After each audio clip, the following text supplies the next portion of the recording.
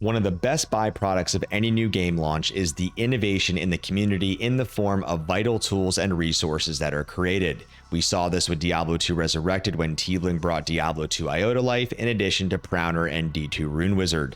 As we accelerate into Diablo 4, we have seen and observed similar behaviors with a ton of amazing resources coming to the forefront. Everything from real-time trackers to understanding Helltide, Legion, and world boss spawns, to dynamic intuitive map planners that allow you to maximize your efficiency as you navigate and game plan through the fog of war. There has been an amazing Blizzard-sponsored official Discord community that has been brought to life, and of course a handful of guide and calculator resources. Many of these are tools that I'm actively using throughout my Diablo 4 gameplay, and I highly encourage you to check a handful of these out. I will have them all linked below in the resources. Any game wouldn't be anything without its community, so it makes sense to kick off the content with the official Blizzard partner Diablo 4 Discord community called Sanctuary. A close friend of mine, Ket, is actually the administrator who created this and incepted it, and it is also co-administered by Demon Lee, who actively runs and operates the D4 subreddit. If you don't know about this community, you can see a link up on screen, and I will also have it hyperlinked below in the description of this video.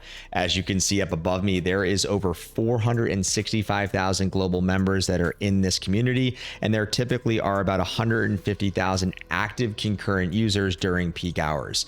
It's just an amazing opportunity to socialize and engage with a global community. If you want to look for a group, or you want to start new characters, or have theory crafting discussions, and or even recruit for your clans, and or have just general positive or constructive conversations about the game, and of course season 1 upcoming with the Malignant. Now, one big thing about this, as I mentioned, is the official partner Discord of Blizzard. So we have a lot of great integrations in here with real-time information, such as the blue tracker with hotfixes, the active Diablo Twitter feed, and of course any pertinent Diablo 4 patch active information. You can see here that Pez Radar is active in this community with a handful of other representatives. There are also things such as a D4 Armory World Tracker that notifies you about all events that you can customize. And there is a brand new trading and vouch system that was recently launched that gives you the opportunity to post want to sell or want to buy items. And as you can see down here in the left-hand pane, post active looking for groups. Now, to close this out, I have to give a big shout out and kudos to the entire mod team. It is no small feat to manage a community this vast. They do a great job keeping it a very psychologically safe and productive community for everyone to participate and join. So thank all of you for always keeping this a great community forum and serving as a central repository for all things Diablo 4. The first official tool that we're going to cover here is Helltides.com, which is easily the de facto resource for all things Helltides, both in and out of game. While it does have a world boss and a Legion tracker up here on the corners, its primary function really is for dynamic Helltide tracking. Now, it has one of the more unique functions, which is real-time identification of the mystery chests and what are currently active. You're going to notice on this screen that typically Helltides have 2 general zones, but only 1 active mystery chest per zone. What you're going to see here on the upper left with the green dot in the bottom right is the current active mystery chests, which again are being authenticated by active players here. So this is one of the only properties that does this, and this is a primary reason to use this. The reason for this is that mystery chests not only have the ability to pop massive legendary items up to 5 randomly generated drops, but we also know from the recent patch notes that we are going to see elevated unique drop rates. If you want to get more information about Helltides.com, or if you want to read up on mystery chests and how this all actively works, feel free to scroll down below, which is going to be important. But the one thing I will call out is you'll notice here that in some cases, the chest can actually rotate faster than the Helltide itself, meaning in this particular case, the Helltide is going to be an hour, but you're going to notice here that the chests are going to reset in 34 minutes. That means that if you can accumulate enough cinders to open these 2 mystery chests, you actually have the ability to pop up to 4 in this particular instance, as long as you can get them in the time duration. One of the other great, amazing tracking resources that we have is Diablo 4.life that is made by Prowner. Now you'll notice here that there is a world boss tracker, and he also is monitoring other zone and Helltide events, but he was one of the earlier world boss trackers to come to life. Now it's important about, again, the world boss situations that after a spawn, there typically is about a 5 to 8 hour latency, and they are randomized. They're not fixed precisely where they're going to spawn. So it is important to monitor a tracker. Now, if you are in game and you're actively playing, there typically is an active notification 30 minutes before the world boss is, and that is generally when you start to have user reports. So very similar to helltides.com.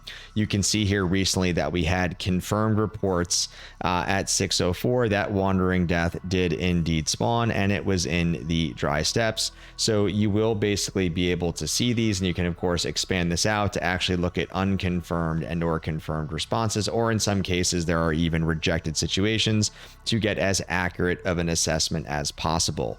Now I do want to also give a little bit of a shout out on his Helltide tracker, which has been developed over time. So you can see, very similar to helltides.com, it also does show the chest reset. It shows you when the Helltide is ending. It is also user authenticated. So if you wanted to use this as a central resource, you certainly could. But again, I think that helltides.com, because it is the primary function, there's just a lot of great interactivity to it. So feel free to use either of these resources as vital tracking mechanisms. When you start out Diablo 4 for the first time, when you look at the map, you're going to see that it is covered by what is called the fog of war, and the only way to then, of course, get transparency is to explore the open world of Sanctuary across the 5 different regions. What we are looking at here is one of the dynamic and interactive online map planners called Map Genie. You can clearly see here that they have a bunch of modular bubbles that identify all the different points of interest. It does make it at first a little bit harder to see and navigate even as you zoom in. And so what I highly recommend is using a lot of the filters on the left-hand pane. You can hide all, you can show all. If you want to focus in on the region of dry steppes, for example, or fractured peaks, I do like that it dynamically then shifts over into the map. And then of course, upon clicking these points of interest or these elements, it gives you a little bit more information. You of course can filter all of these different things on and off. So if we want to focus on all of the different strongholds, again, they do easily highlight that. Now, one of the neat things that I like is this search bar here, and let me show an example with the altars of Lilith. So here I just toggled on all 160 altars of Lilith, but let's say, for example, I wanted to go after the Murmuring Obol altars of Lilith, in which case there are 20. This map dynamically updated, showing me where these 20 are, and as I click, I also like on the altars that you can actually physically see a quick picture and snapshot of the world, just to make sure you have an understanding of where exactly it is, so you kind of know where to look for it. Now, one thing that I actually want to call out, though, is one little caveat, unfortunately, about Map Genie is its tracking limitations, in the sense that it requires a premium cost.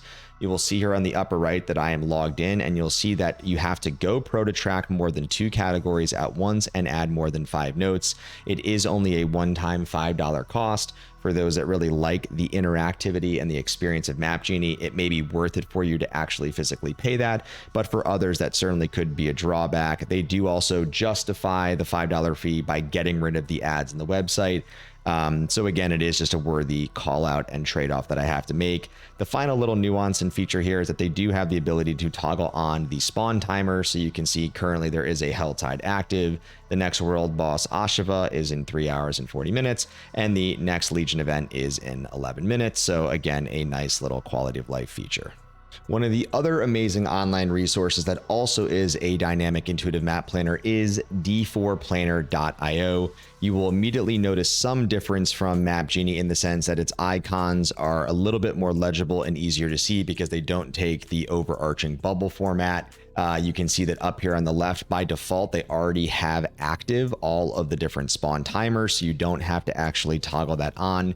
And really one of the neat aesthetic features is that you'll notice that as I start to hover over the regions, you'll see this dynamic overlay pop up that actually mirrors the renown and reputation progression in game. So I did like that they added this quirky little feature. One other different element that I also want to highlight that is unique from Map Genie is that on Map Genie, while you were able to actually showcase the Helltide areas, they would show it by a red hue. It was not actually dynamically linked to the current active Helltide.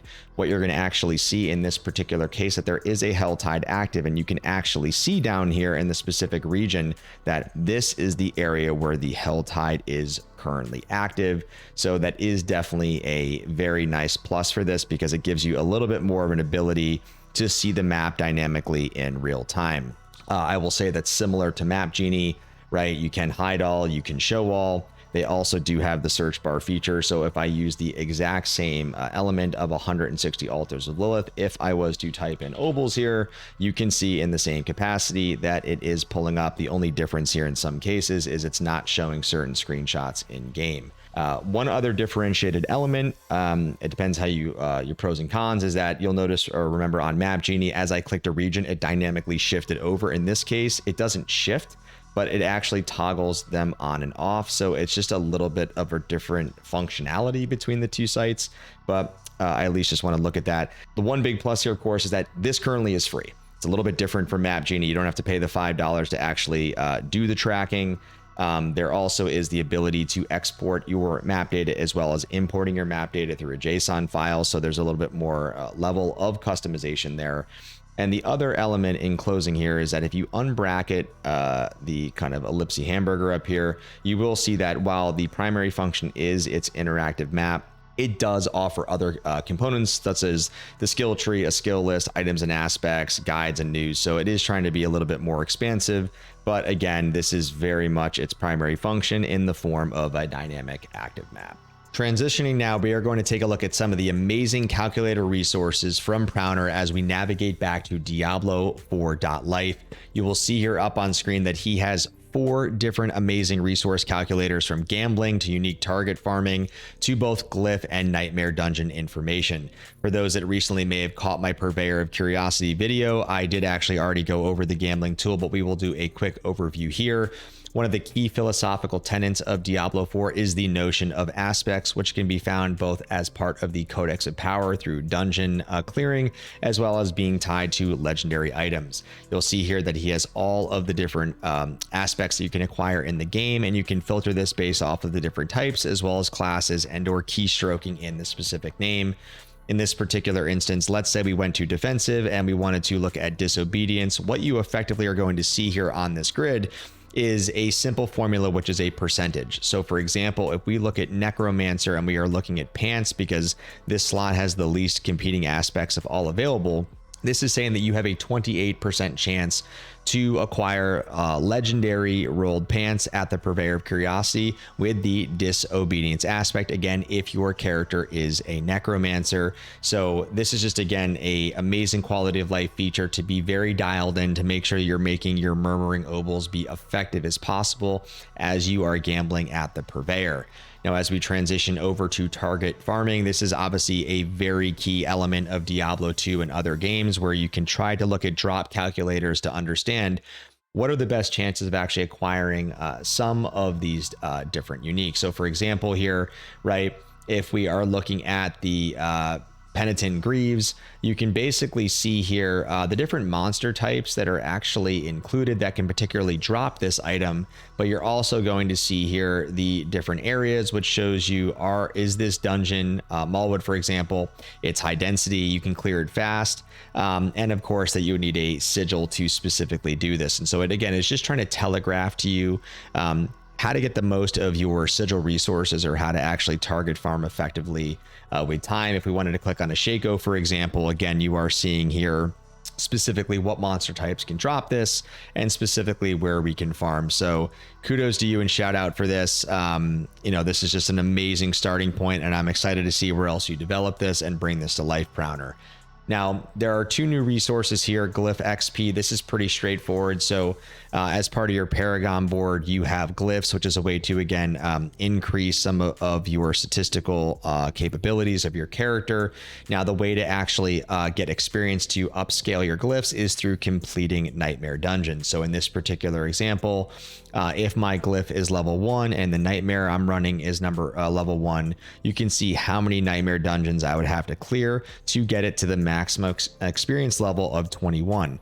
So let's say, for example, I am now running a level 10 Nightmare Sigil, well, you can see that everything dynamically updated on the right hand side, and so on and so forth. So again, just a really cool little quirky quality of life feature that shows you how many number of dungeons it would take to up level your glyphs.